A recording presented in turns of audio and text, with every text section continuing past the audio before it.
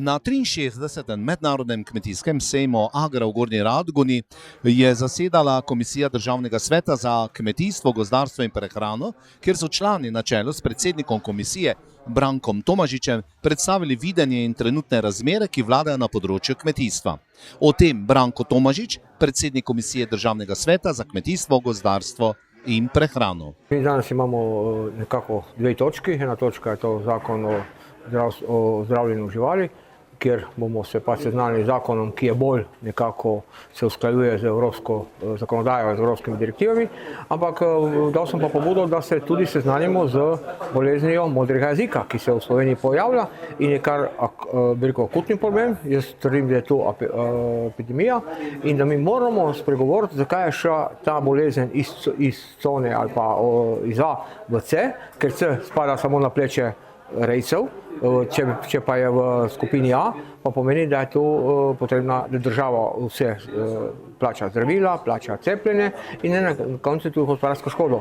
In po drugi strani pa ugotavljamo, da sploh ni cepiv za vse 8, za 3-4 je 7,000 cepiv, ampak vemo, kakšna številčnost živine je pri nas in vidimo, da pri ovcah je kar že akuten problem, hud problem in hočemo odgovore, ali bo država tudi gospodarsko krila škodo, ker gledajte, reja, kjer je ta prisotnost bolezen tako močna, se tako zdesetka, da potem ni več nadaljevanja in se bo to opustilo. Kaj pomeni za naše podeželje, naše zelenice, o tem bi radi spregovorili in dobili nekako jasne odgovore. Ta vlada je preveč posluša civilne iniciative, premalo stroke, stroka je premalo odločna, stroka premalo govori. Stroka bi morala opozarjati. Ni treba, če si stroke, da si proti vladi ali proti ministrici. Stroka mora povedati, kaj se dogaja. Ker gledajte zdaj, mene kot agronoma so učili, kdaj moram kositi, kako moram kositi, da bo kvalitetna krma, da bo prireja pravilna, da bo mlečnost prirast. Sedaj pa govorimo ne kositi, ker bo so metuljčki, ne kositi, ker imamo druge živalce v tleh in sedaj vozijo kmetje marsikje nekvalitetno krmo, ni prireje, ni gospodarskega napredka, ampak gremo nazaj. In te nevladne organizacije, posebno tukaj mislim pri zakonu o zaščiti živali, je katastrofa, to je neki ekstremizem posameznic, ki uveljavljajo neke svoje interese, ali pa načrtno uničevanje živinoreje v slovenskem prostoru, samooskrbe in prehranske varnosti. Ali pa tu veganstvo. Mi smo proti temu. Hrana je strateško orožje, ne samo dobrina. In dokler tega ne bomo razumeli, mi bomo dali 3 milijarde za orožje, hrana nas pa ne briga. Zmagoval bo tisti, ki bo imel hrano. Vse gre top, raketa, tank gre na pšenico, gre na kruh. Če kruha ni, vse to je v zalud. Kako pomembno je pravzaprav kmetijstvo za prihodnost in obstoj slovenskega življa ter kako poskrbeti za čim boljšo samooskrbo, pojasnjuje Jasmina Opec, Vöroš, članica komisije. Kot člani Komisije za kmetijstvo Državnega sveta budno spremljamo zakonodajo in tudi reagiramo na stanje slovenskega kmetijstva in celotni prehranski verigi. Mi opozarjamo, da določene stvari, ki se sprejemajo, niso dobre z vidika prehranske varnosti, niso dobre za slovensko kmetijstvo in ne nazadnje za slehernega državljana. Ker govorimo v bistvu o hrani, o nečemu, kar vnesemo telo, kar je gradnik našega življenja in bi morali z veliko bolj pazljivo mero se sprejemati spremembe določene zakonodaje in seveda imeti v vidu tako slovenskega kmeta kot slehernega prebivalca države. Ker hrana je nekaj, kar nesemo telo in od česa je nenazadnje tudi odvisno naše preživetje in naše zdravje. Vaša komisija je prav v zadnjem obdobju izredno aktivna oziroma ima v navednicah veliko dela. Kaj menite, zaradi česa? Je to malomarnost tisti, ki sprejemajo zakone? Je to politika v ozadju ali kajkoli drugega? Jaz bi rekla, da je mogoče nerazumevanje celotnega kmetijstva in vsega, kar v bistvu hrana pomeni za državo in v bistvu slehernega prebivalca.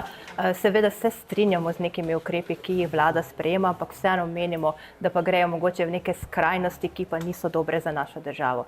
Se recimo pozabljajo na pomen biovarnosti, se recimo v težki položaj predstavlja rejce, kot je bil zadnji zakon o zaščiti živali, na katerega smo dali veto. Vse to vodi v neke smeri, ki tudi ki potem povzročajo, da je čedalje manj pridelave hrane v Sloveniji. In to mislim, da to ni v redu. Vsaka država bi se morala zavedati, da je hrana bistveno najpomembnejše orožje, ki jo ima. Mislim, če so ljudje lačni, če nimajo nič dati v hrano, se tudi koncev, če pride do vojne, pa Bog ne da, ampak če pride, se tudi ne bodo morali boriti, ker ne bodo imeli energije. Se pravi, premalo se zavedamo, da je biti hrana ena neka najpomembnejša strateška soverina vsake države in tako bi se morali do nje tudi obnašati. Anton Medved, podpredsednik komisije, je opozoril na perečo problematiko v živinoreji.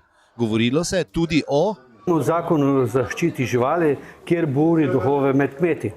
Zakon bi moral biti nekak kompromis med predlagatelji, kmeti in stroko. Do tega ni prišlo, zato je nastal takšno hitrokovski zakon, kjer omejuje predvsem prašičerejce. Prašičerejci so tisti, ki se enostavno bojijo za njihovo prihodnost. Vemo, da po tej kastrakciji, kemični kastrakciji, bodo posledice. Nihče od stroke ni povedal takrat, ko se zakon sprejemal, da vkolikor bo kemična kastracija, da bodo moški imeli večje prsa kot ženske, ženske pa dvojne ritke. In to v Ameriki vidimo in še tega mi v Sloveniji ne želimo. In te posledic nekateri govorijo, da ne bodo več prašičjega mesa niti jedli. Vprašamo se, ali je to namen, da več slovenskih potrošnikov ne bo jedel prašičjega mesa. Pripeljano bo meso od nekod drugot, ker v Sloveniji več ga ne bodo redili, pod pogoji, ki so pa drugačni. In pomeni to nekonkurenčen več slovenskega kmeta, slovenskega prašičerejca. In to je tisto, kar se ne bi smelo zgoditi. Vemo, da slovenska prašičereja nekje zdaj 25-28% samooskrbna. In sedaj bo to padlo, verjemite, zagotovo na 20%. Do leta 40, ki je zdaj strategija, vizija slovenskega kmetijstva 40, pa bo ugasnila slovenska prašičereja. In to je tisto, kar teži komisijo, kar pritiskajo kmetje na nas, kaj nam govori in tudi stroka. Sedaj je stroka začela drugače govoriti, se je obrnila, ker smo jo pozivali, da so tisti, ki smo jo pogrešali, niso pomagali. Te zakonodaje speljati v smeri, ki bi bil res neki kompromis. Poglejte, konkretno sam kot prašičerejec, kastriram pujske 35 let. Traja kastracija 10-15 sekund. Kastriramo 2 dni stare in pujsek takoj, ko ga kastriraš, gre mami do ziza in to je za njegovo mamilo oziroma njegovo zdravilo. Posledično, če bo do tega prišlo, je tisto, kar se res bojimo. Še nekaj bi poudaril, strinjamo se nad 7 dni, da bo potem potrebna anestezija, ne pa do 7 dni. In tudi v Danski, drugih razvitih državah imajo to urejeno, da kmeta po nekem tečaju, 2-urnem tečaju, praktičnem, tudi teoretičnem, ga usposobijo in to kmetje sami izvajajo.